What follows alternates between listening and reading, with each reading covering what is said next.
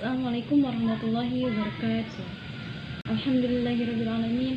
Assalatu wassalamu ala asyrafil anbiya'i wal mursalin wa ala alihi wa sahbihi ajma'in, amma ba'du. Kenalkan, saya Sunnati Sufia Amatullah, mahasiswi Institut Agama Islam Darussalam Ciamis, Fakultas Tarbiyah, Prodi Pendidikan Agama Islam, semester 6C. Nah, di kesempatan kali ini atau di video kali ini saya akan mencoba menjelaskan atau mengulas sedikit mengenai hadis yang tentang 5 macam fitrah manusia, yang dimana bahwa materi ini merupakan bagian dari mata kuliah hadis tarbiyah. Hadisun an Abi Hurairah radhiyallahu anhu an Rasulullah sallallahu alaihi wasallam annahu qala al-fitratu khamsun, al-ikhtitanu wal istihdadu wa natful ibita wa taqlimul adfari wa naqsus syaribi. Dari Abu Hurairah radhiyallahu anhu berkata, Nabi Muhammad SAW bersabda, ada 5 tuntunan fitrah: khitan, mencukur bulu kemaluan, mencabut bulu ketiak, memotong kuku, mencukur kumis. Hadisun an Abi Hurairah radhiyallahu anhu an Rasulullah sallallahu alaihi wasallam annahu qala al-fitratu khamsun, al-ikhtitanu wal istihdadu wa natful ibita wa taqlimul adfari wa naqsus syaribi. Dari Abu Hurairah radhiyallahu anhu berkata, Nabi Muhammad SAW bersabda, ada 5 tuntunan fitrah: khitan, mencukur bulu kemaluan, mencabut bulu ketiak, memotong kuku, mencukur kumis.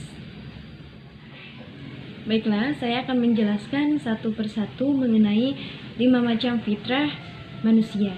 Yang pertama itu adalah khitan. Khitan itu sendiri apa sih? Khitan itu berasal dari bahasa Arab, yaitu khitanun yang berarti memotong, sedangkan al-khotnun berarti memotong kulit yang menutupi kepala zakar dan memotong sedikit daging yang berada pada bagian atas farji.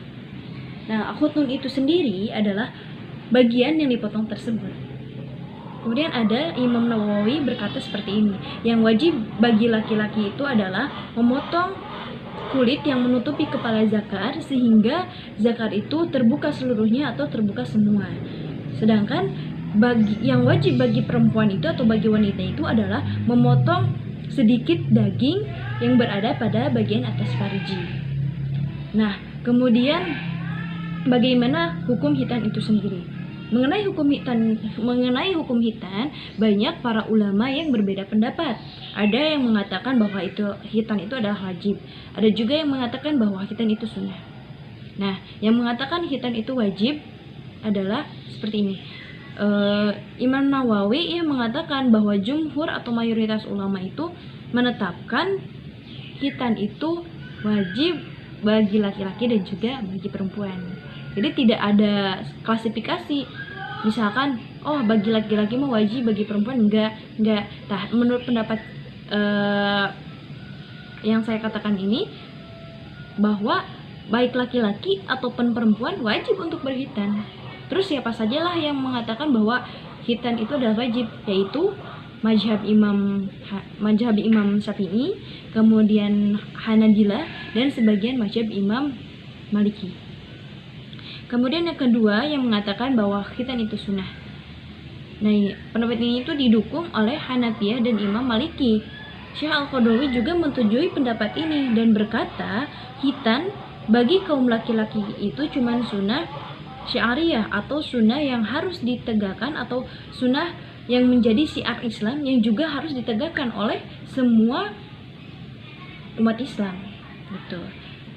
Karena kenapa seperti itu? Karena banyak sekali keuntungan-keuntungan yang didapat dari khitan. Di antaranya apa? Bahwa khitan itu akan membuat sehat pada seorang yang berkhitan tersebut. Karena apa? Karena seorang yang tidak berkhitan, contohnya wilayah laki-laki yang tidak berkhitan, bahwa nanti di ujung, bahwa misalkan dia itu tidak melakukan khitan, sehingga otomatis di kuncupnya itu akan terendap berbagai macam kotoran dan juga kuman. Nah, nanti setelah berendapnya kotoran dan kuman tersebut langsunglah menimbulkan berbagai macam penyakit. Maka yang paling penting dari khitan adalah yaitu keuntungan dari segi kesehatan. Ya.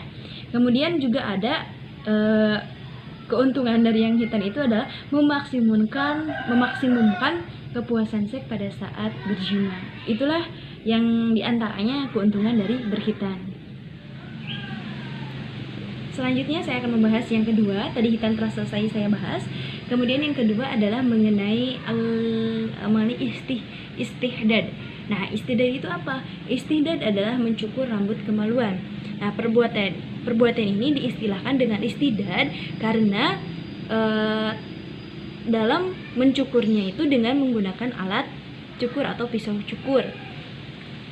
Tujuan mencukur rambut kemaluan ini adalah tujuannya untuk kebersihan. Secara ilmu kedokteran modern juga diketahui bahwa daerah-daerah pada tubuh manusia yang menjadi sarang penyakit hendaklah atau haruslah senantiasa dibersihkan. Di antaranya adalah mencukur bulu kemaluan, baik laki-laki ataupun perempuan. Kemudian mengenai hukum mencukur bulu kemaluan itu sendiri, para ulama banyak yang berbeda pendapat, ya, Nah, mazhab Hanafiyah mengatakan bahwa mencukur bulu kemaluan itu merupakan sunnah. Tapi di sini bukan menurut mazhab Hanafiyah itu yang sunnahnya itu bukan mencukur. Sunnahnya itu adalah mencabut bulu kemaluan. Ini menurut mazhab Imam Hanafi. Kemudian menurut mazhab Imam Maliki mengatakan bahwa yang sunnahnya itu adalah mencukur rambut atau bulu kemaluan. Kemudian menurut mazhab Syafi'i, nah ini tuh dibedakan atau dikategorikan dua, yaitu yang masih single dan sudah yang usianya lanjut. Nah, untuk yang masih single atau yang masih muda disunahkan mencabut bulu kemaluan, ya, jika memang kuat untuk menahan rasa sakitnya.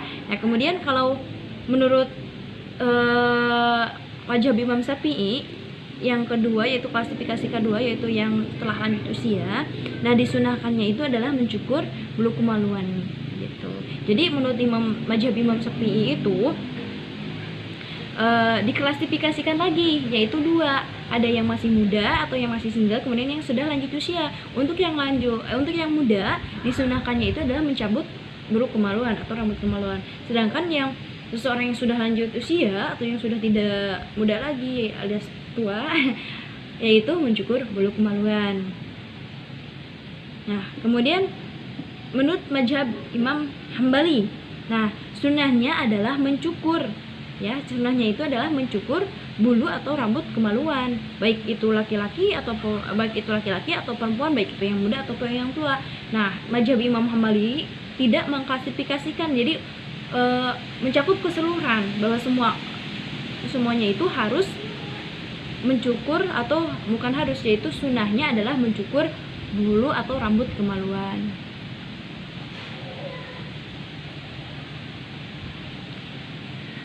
Kemudian, nah di sini itulah tadi ya menurut hukum-hukumnya.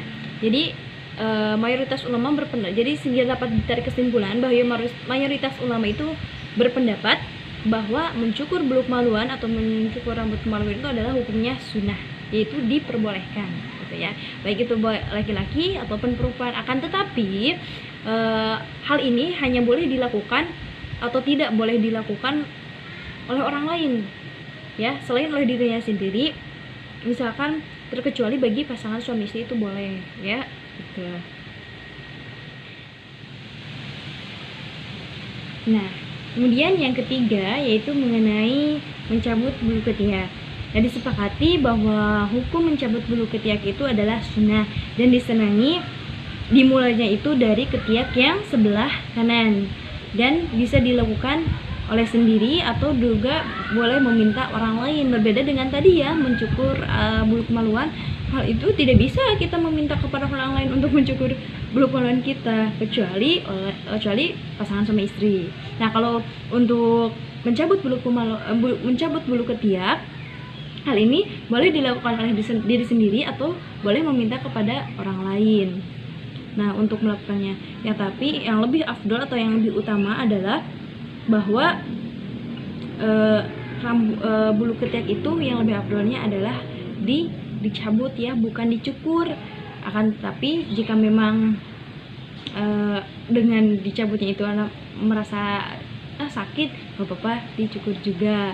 Jadi tetapi akan lebih afdolnya itu adalah mencabut bulu ketiak. Baiklah, yang keempat adalah mengenai memotong kuku. Nah, memotong kuku itu adalah hukumnya adalah sunnah. Dan yang dipotong itu adalah kuku-kuku yang melebihi ujung jari, karena kotoran dapat tersimpan di ujung-ujung kuku yang panjang tersebut, dan nantinya akan kuman terendap di kuku-kuku tersebut. Dan juga dalam sebuah keterangan menyebutkan bahwa kuku yang panjang itu adalah tempat bersarangnya setan, sehingga disunahkan untuk memotong kuku. Kemudian kuku yang panjang tersebut juga dapat menghalangi sampainya air wudhu. Nah, Rasulullah juga pernah mengatakan bahwa kuku yang panjang itu, atau jangan usahakan jangan membiarkan kuku itu tumbuh melebihi dari 40 hari. Nah, sehingga disunahkan untuk apa? Memotong kuku jangan sampai melebihi batas, yaitu 40 hari. Nah, itulah yang keempat. Kemudian yang kelima yaitu mengenai memotong kumis. Nah, memotong kumis itu adalah telah diperintahkan oleh Rasulullah dan untuk memotong kumis dan tidak membiarkan kumis tersebut menutupi kedua bibir. Ya, Rasulullah SAW bersabda yang artinya potonglah kumis dan biarkanlah jenggot. Nah, memotong kumis dan membenjangkan jenggot atau membiarkan jenggot tumbuh apa adanya atau tumbuh dengan sendirinya merupakan amalia yang dilakukan untuk membedakan dengan orang Majusi. Karena orang Majusi itu kebalikan, yaitu mereka memelihara kumis dan jenggotnya itu oleh mereka dipotong gitu ya. Jadi inilah yang membedakan dengan orang-orang Majusi, sehingga Rasulullah mensyariatkan untuk apa? Membiarkan jenggot dan supaya untuk mencukur kumis. Mungkin sekian penjelasan dari saya mengenai 5 macam fitrah manusia. Mohon maaf apabila dalam penyampaian kurang berkenan. Wabillahi taufiq wal hidayah. Wassalamualaikum warahmatullahi wabarakatuh.